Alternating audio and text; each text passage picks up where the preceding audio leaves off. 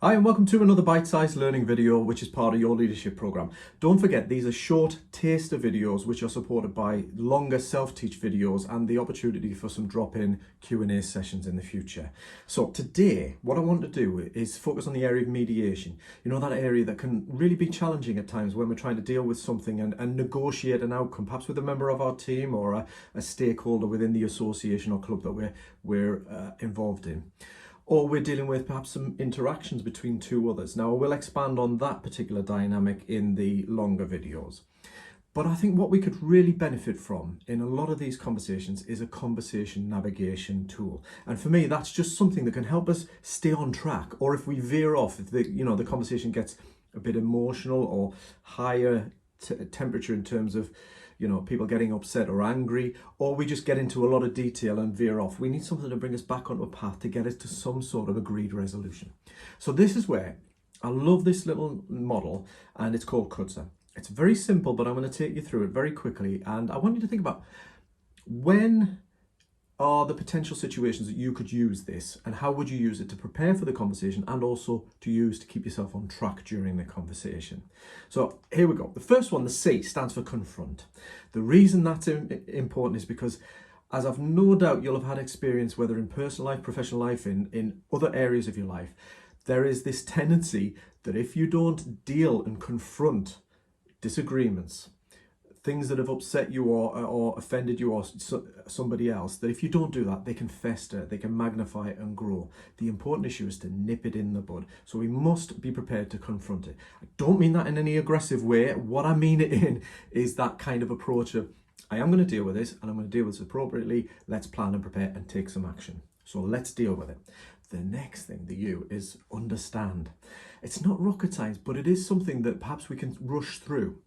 The key part of understand is to take some time to just ask questions, all those open questions, and also just encourage people to talk through it. So take me through the issue. What is it that you see as the problem? How did it happen? What happened to you? These nice open questions can help somebody to open up and to help you to get the full picture. Now, I've done some bite-sized videos on listening, which can pick up on listening skills, but it is really important. You may, once you've got that conversation out, then start to narrow in. So could you just tell me a bit more about that particular thing? So have I got this right?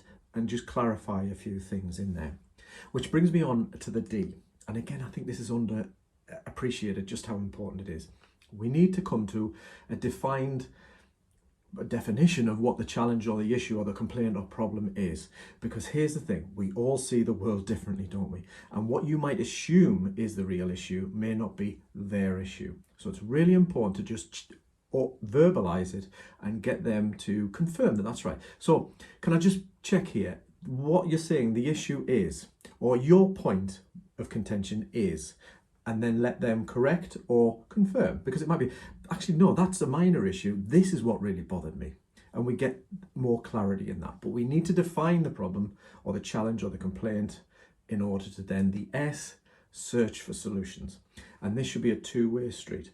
It's not about us imposing solutions on them. It's about, so what do you think could happen? What are your options? What would you like to see happen? What would be an ideal resolution? And those kinds of questions.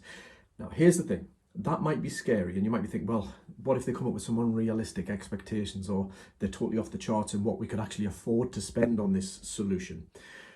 Fair dues, fair enough. What we need to do is just acknowledge and then manage the expectation. By letting them put their cards on the table, we have the opportunity to go, yeah, okay, right, I can see where you're coming from. Here's some of my thoughts. Let's see what we've got. To be fair, we don't have the budget for that, so we're probably going to have to either look at an alternative version or look at some of the other options, but we can manage expectations by doing it through this partnership approach. And finally, the A, let's seek to agree some actions. Now, you may not fully agree with each other, particularly if it's a complaint between the two of you, an issue between the two of you, or you're dealing with a complaint. You may not fully agree, but what you need to agree is what action is to be taken next, what action they may take, but also what action you may take, and then fulfill that, follow up, do it, make sure it's done, and then report back.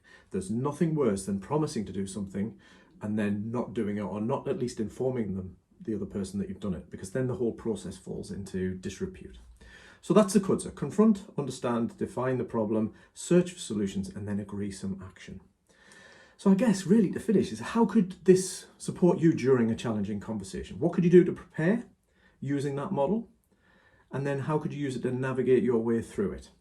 And have a think about that, and then drop in on the self-teach videos and or the Q&A sessions to clarify anything, to learn some more and to develop around that model. But that's it for now.